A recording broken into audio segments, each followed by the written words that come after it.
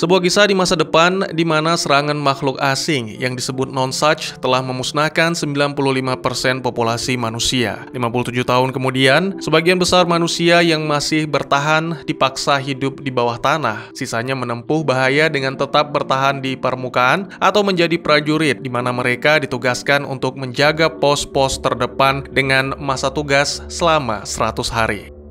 Selamat datang dan selamat berjumpa kembali bersama saya Teguh Gusto. Bagaimanapun kabar dan dimanapun kalian berada, tetaplah berusaha dan berdoa, karena dengan begitu semua pasti akan baik-baik saja. Seperti biasa, saya akan bercerita tentang sebuah film yang mana kali ini berjudul Alien Invasion SUM-1, sebuah film yang rilis di tahun 2017 dengan Christian Pasquarello sebagai sutradara serta dibintangi oleh para aktor yang sepertinya kenal tapi lupa nama. Baik, jangan berlama-lama, kopinya ditransfer ke saya saja dan segera kita lanjutkan cerita.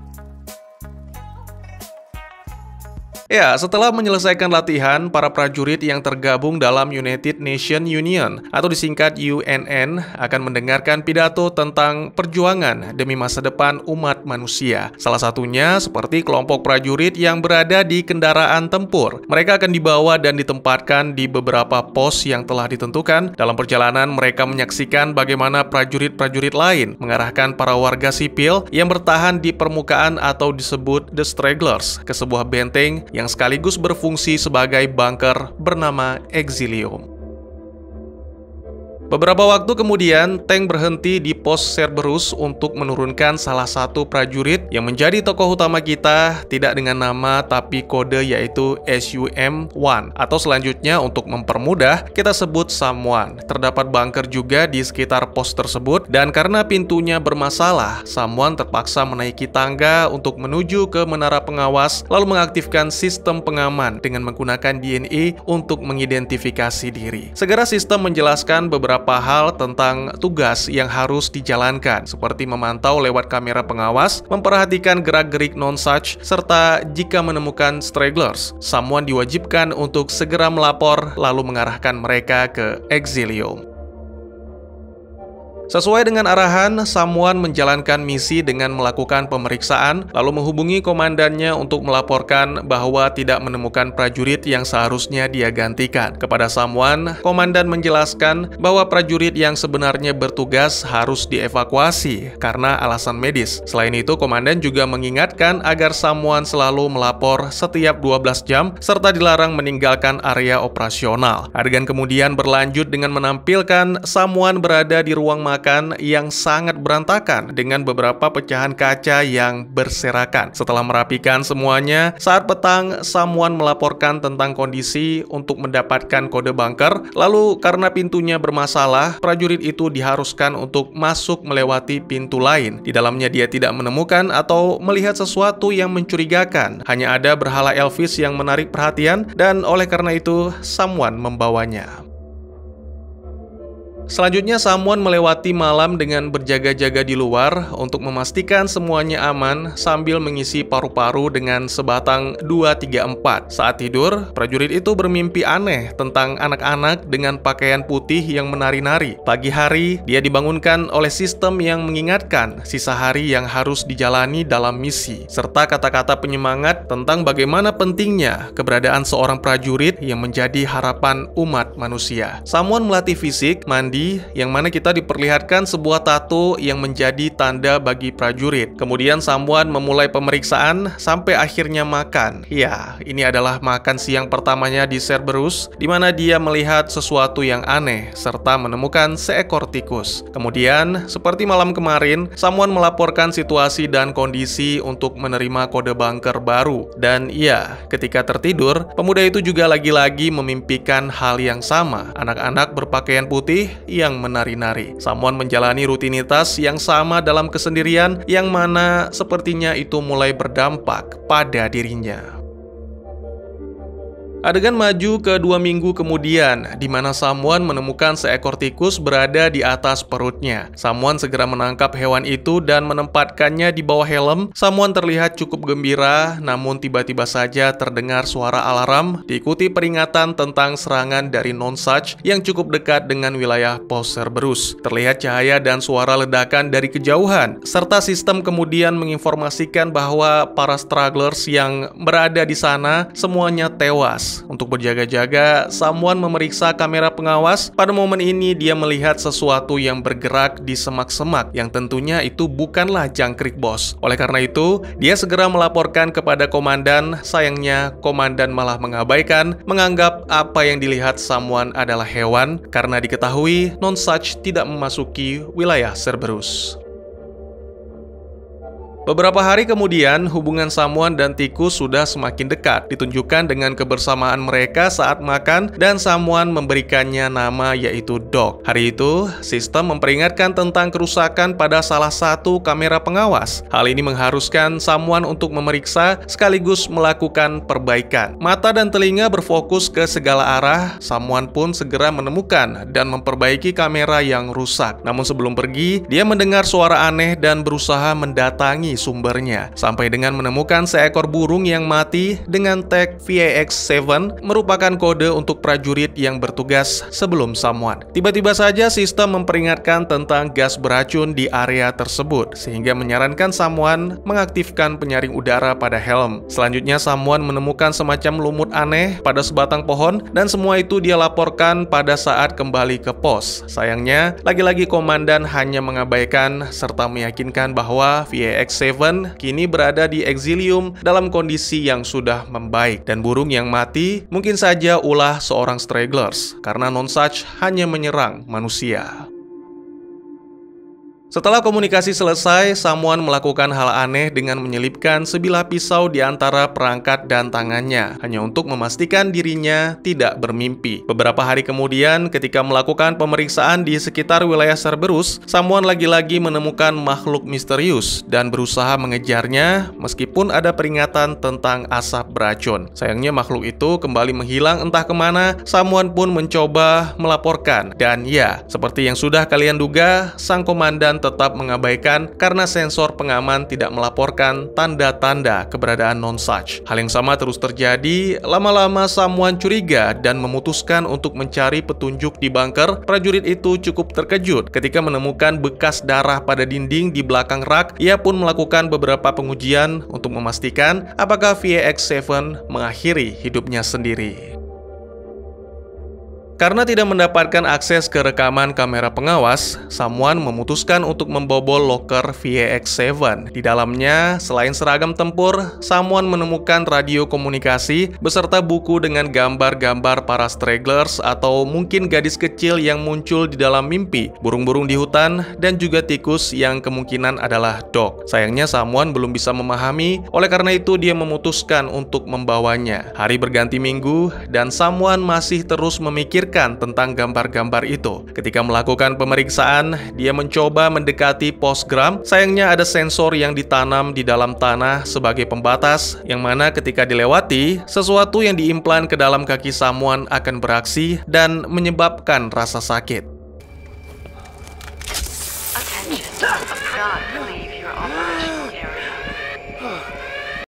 Tetapi hal ini tidak membuatnya menyerah. Tak lama kemudian, Samuan memanjat pohon, melambaikan tangan, serta memantulkan sinar matahari sebagai sandi Morse demi menyampaikan sesuatu kepada petugas yang menjaga pos Gram.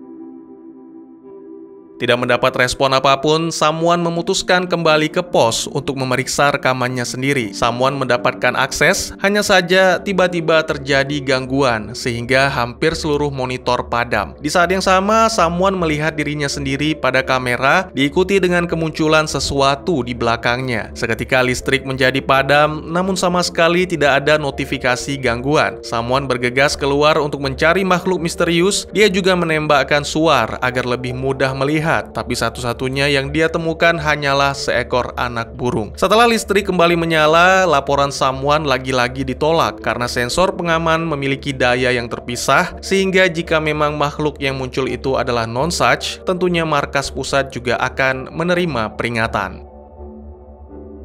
Setelah mengakhiri komunikasi, Someone mencoba kembali mengakses rekaman. Sangat mengejutkan, seluruh rekamannya hilang. Satu-satunya yang tersisa hanyalah foto beberapa menit yang lalu yang menampilkan bahwa ada sesuatu di belakang Someone. Keesokan harinya, Someone mencoba melakukan rutinitas biasa, meskipun merasa kondisinya mulai kacau. Beberapa kali dia mencoba mengkonsumsi obat, namun sepertinya itu tidak cukup membantu. Pada suatu waktu, tiba-tiba saja terdengar nyanyian lagu anak-anak dari loker yang ternyata berasal dari radio komunikasi. Tak lama berselang, seorang prajurit berbicara lewat radio, mengaku berkode KER4 atau Care4 dan bertugas di Postgram. Dia menghubungi karena mencari VX7. Sayangnya ketika Someone menceritakan bahwa dirinya adalah pengganti VX7, Care4 segera mengakhiri komunikasi karena mengatakan komunikasi antar pos itu sebenarnya dilarang.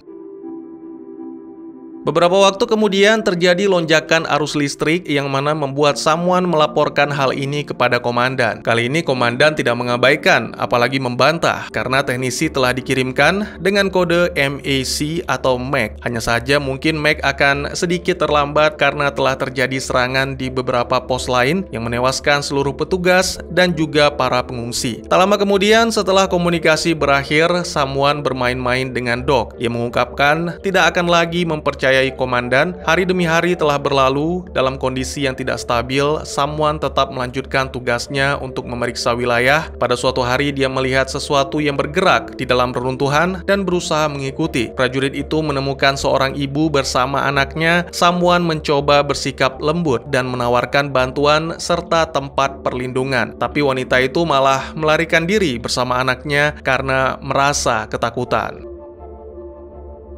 Setelah gagal mengejar ibu dan anak, Someone kembali mendengar tentang serangan yang terjadi di pos lain. Merasa lelah dan frustasi, prajurit itu memutuskan untuk mengabaikan dan lebih memilih menceritakan mimpinya kepada Doc. Tentu saja, hal yang dilakukannya itu tidaklah umum, sehingga pastinya akan dianggap gila. Tapi tak mengapa, karena tak ada seorang pun yang tahu. Pada suatu sore, sama sekali tidak ada respon ketika Someone mencoba menghubungi Care4. Malam harinya, Someone menyisir hutan. Untuk mengubah suasana hati, dia juga menghabisi seekor rusa serta memakannya mentah-mentah. Ini membuktikan bahwa perlahan-lahan kewarasan Someone mulai pudar.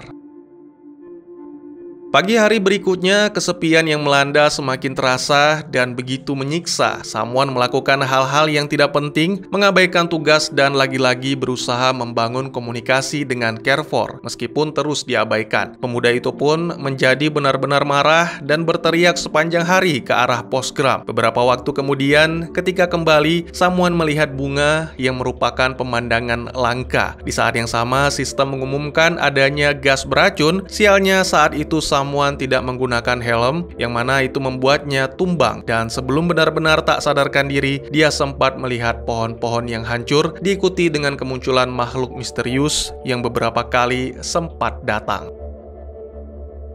Hari berikutnya, Someone terbangun dalam kondisi yang sangat kacau. Dia mulai mengirim pesan kepada Care4 lewat radio komunikasi, mengatakan bahwa Nonsuch telah menyusup ke wilayah pos Cerberus dan mungkin saja telah menangkap VX7. Setelah itu, Someone kembali menjalani rutinitas, tapi kali ini sekenanya saja. Hari demi hari dilewati dengan menggambar dan bermain bersama Doc. Masa tugas Someone tersisa kurang lebih 14 hari lagi. Hari itu tiba-tiba saja alarm berbunyi, menandakan ada yang datang. Ternyata itu adalah teknisi MAC yang mengkonfirmasi bahwa serangan Nonsuch membuat perjalanannya terganggu. Di sepanjang jalan, dia melihat bangunan-bangunan yang hancur tapi tidak dengan korban, yang mana kemungkinan tim pembersih telah membereskannya.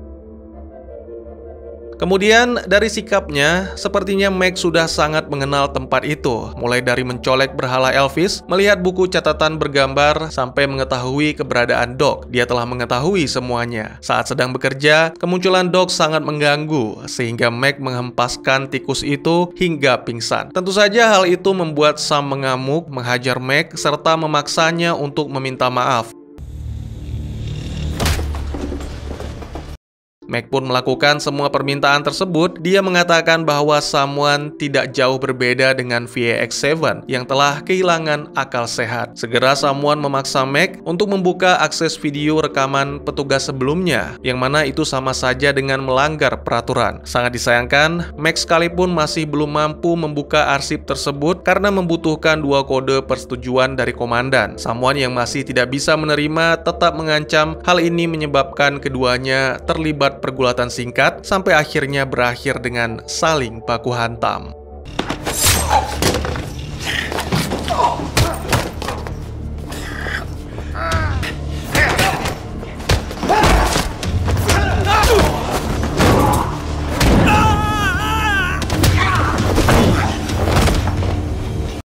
Suasana kembali mereda ketika Samuan berhasil meraih pistol. Mac yang lemah tak berdaya mulai menceritakan tentang pengalamannya dalam pertempuran melawan alien. Pada saat itu dia masih muda dengan semangat juang tinggi dan tak kenal takut. Pada suatu hari, helikopternya jatuh di wilayah tak dikenal di tengah-tengah padang pasir. Mac mengobati satu-satunya rekan yang selamat lalu pergi mencari bantuan. Kemudian di saat kembali, dia melihat sang rekan mengiris kedua telinganya dan kemudian Mac menyadari bahwa Nonsuch bersembunyi di balik badai. Segera makhluk itu membunuh rekan Mac dan mulai mengeluarkan suara yang tidak hanya memekakkan telinga, tapi membuat seluruh tubuh merasakan sakit yang tak tertahankan. Ketika tim penyelamat akhirnya datang, Mac ditemukan dalam kondisi tak sadarkan diri, paru-parunya dipenuhi pasir, dan pita suaranya rusak, sehingga mengharuskan Mac menggunakan alat bantu. Karena dirasa masih dibutuhkan, Samuan akhirnya mengurung Mac di dalam bunker. Kemudian setelah merawat luka tusuk yang dialami, prajurit itu mengirimkan laporan, berpura-pura bahwa semuanya baik-baik saja, semua sudah diperbaiki dan Mac kini telah pergi. Kemudian Samuan kembali menghubungi Carrefour dengan radio komunikasi dan mendapatkan kode untuk mengakses arsip. Samuan menyaksikan video-video rekaman VAX7 yang mulai bertugas. Pada awalnya semua baik-baik saja. VAX7 mulai menjalin persahabatan dengan Doc. Namun lambat laun, prajurit tersebut mulai kehilangan akal sehat. Dia merusak semua peralatan, sehingga itulah yang menyebabkan terjadinya masalah pada pos Cerberus.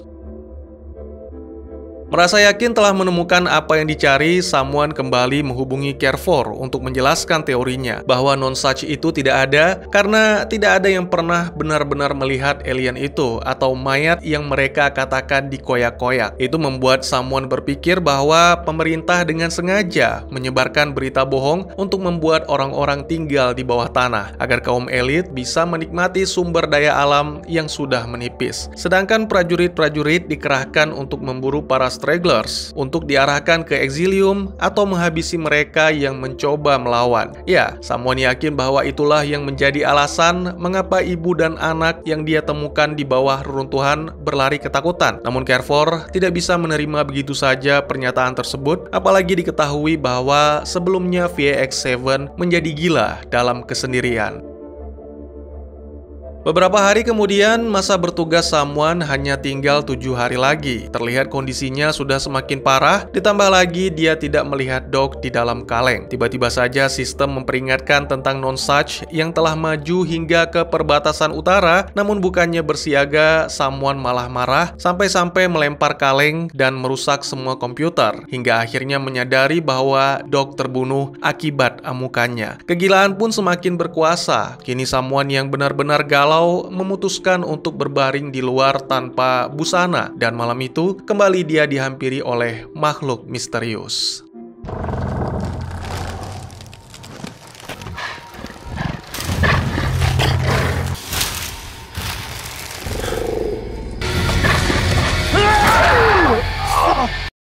Samuan memeriksa tubuh makhluk misterius yang mana membuatnya sangat terkejut karena makhluk itu sebenarnya adalah VAX7 yang mengenakan kulit hewan sebagai pakaian. Habis sudah kesabaran Samuan, dia bergegas mengambil pistol lalu mengunjungi Mac di bunker, menyatakan tidak percaya dengan cerita tentang Nonsuch yang mana diyakini bahwa Mac juga menceritakannya ke VAX7 dan membuatnya menjadi gila. Percaya atau tidak, Mac tidak pernah mempermasalahkannya. Kini yang dipikirkan Mac hanyalah bisa kembali kembali ke istri dan anak dengan selamat. Samuan bisa mengerti akan hal itu dan berjanji akan membiarkan Meg pergi setelah menonaktifkan sensor pengaman agar dirinya bisa melarikan diri dari Cerberus.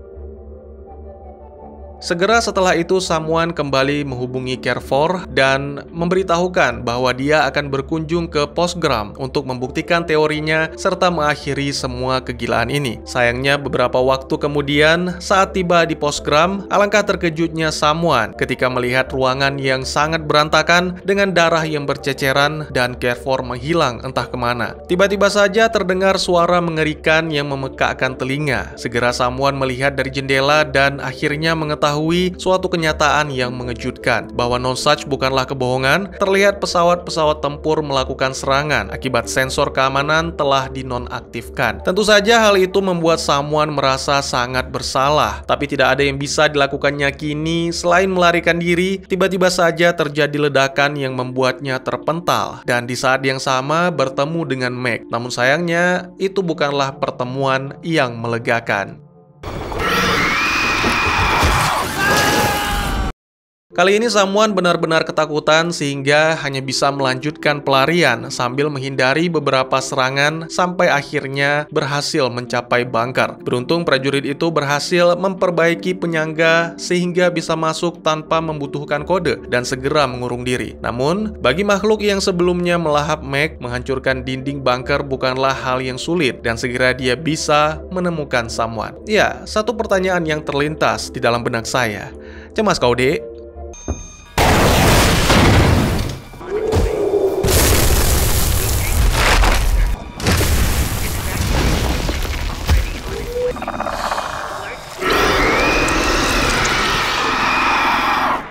Dan tamat.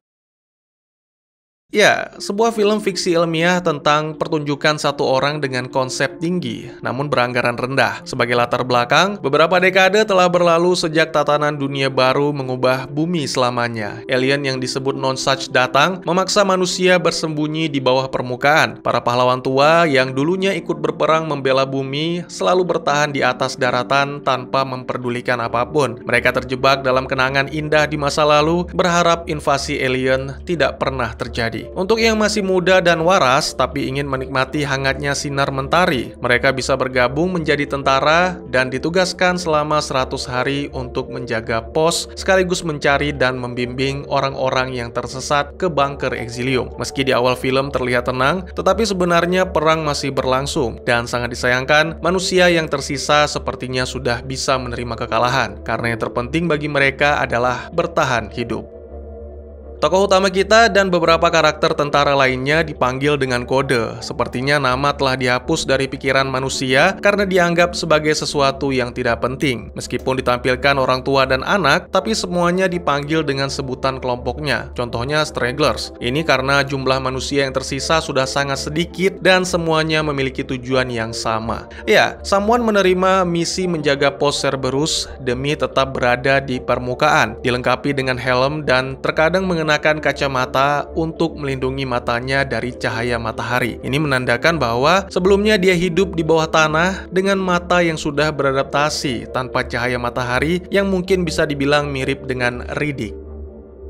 Beginilah dimulainya serangkaian hal yang berulang-ulang setiap 24 jam, diwarnai dengan kebosanan dan pengulangan. Bangun, olahraga, cek sana-sini, mengkonsumsi makanan bernutrisi, dan menghisap rokok khusus, spesial dari pemerintah, dengan nomor seri sesuai dengan hari bertugas. Terkesan sia-sia memang, tapi dia melakukannya dengan tujuan, yaitu menjadi bagian dari pasukan pertahanan terakhir umat manusia. Tapi di tengah-tengah kebosanan yang melanda, muncul banyak pertanyaan. Apa yang terjadi dengan petugas sebelumnya, VAX-7? Mengapa ada bekas darah pada dinding? Bagaimana tikus putih bisa ada di sana? Dan dengan siapa VAX-7 berbicara lewat radio komunikasi?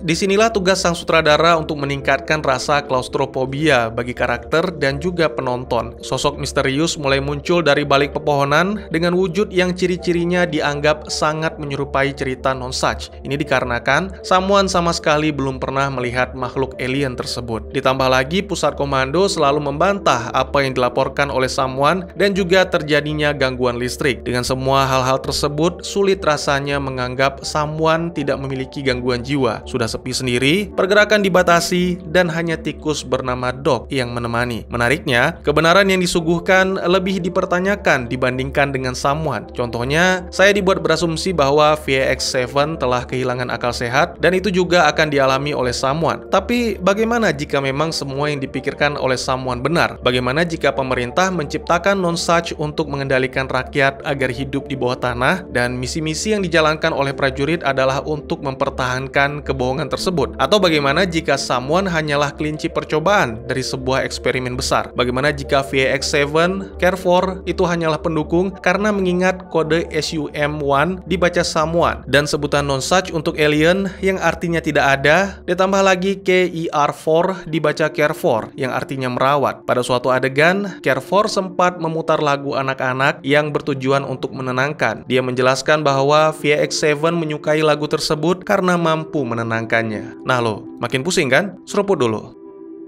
Bahkan ketika adegan terakhir ditampilkan, saya masih belum benar-benar yakin mana yang benar-benar terjadi, mana yang hanya ilusi atau bermimpi, hal yang sudah sangat langka dialami oleh manusia selama beberapa dekade. Apakah someone benar-benar berkomunikasi dengan Care4? Karena selama berlangsungnya film, karakter Care4 hanyalah suara, lalu kondisi postgram hanya diperlihatkan dari jauh. Kita tidak benar-benar tahu apakah pos tersebut telah terbengkalai sejak lama atau baru saja menerima serangan. Dan monster, apakah itu benar-benar nyata atau semacam imajinasi dari cerita yang disampaikan oleh Meg? Jika memang nyata, maka someone telah melakukan suatu kesalahan fatal dengan menonaktifkan sensor pelindung. Jika memang itu hanyalah imajinasi, berarti someone telah mencapai puncak dari kegilaan dan sudah bisa dipastikan dia akan mengikuti jejak VX7. Semua kembali kepada Anda, film ini sangat terbuka untuk interpretasi.